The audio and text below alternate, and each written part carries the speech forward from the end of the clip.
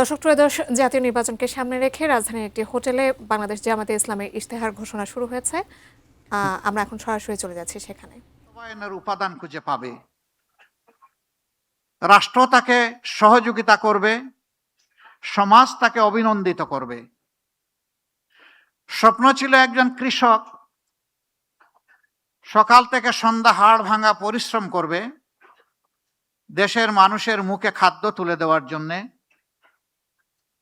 কিন্তু এর বিনিময়ে সে একটুখানি সম্মান পাবে, একটুখানি স্বীকৃতি পাবে।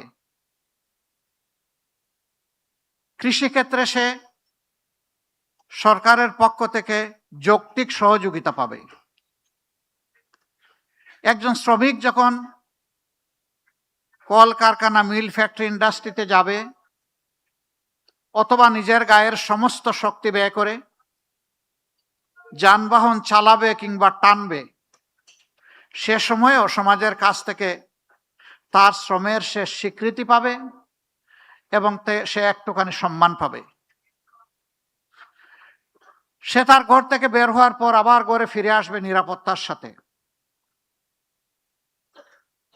একজন শিক্ষক যখন তিনি তার সন্তান তুল্য ছাত্রীদেরকে শিক্ষা দেবেন, তখন তিনি তার মেধা উজাড় করে তাদেরকে দিবেন, বিনিময়ে তিনি যেমনটা কল্পনা করেন আগামীর বাংলাদেশ, সেরকম তার শিক্ষার্থীরা নিজেদেরকে গড়ে তুলবে।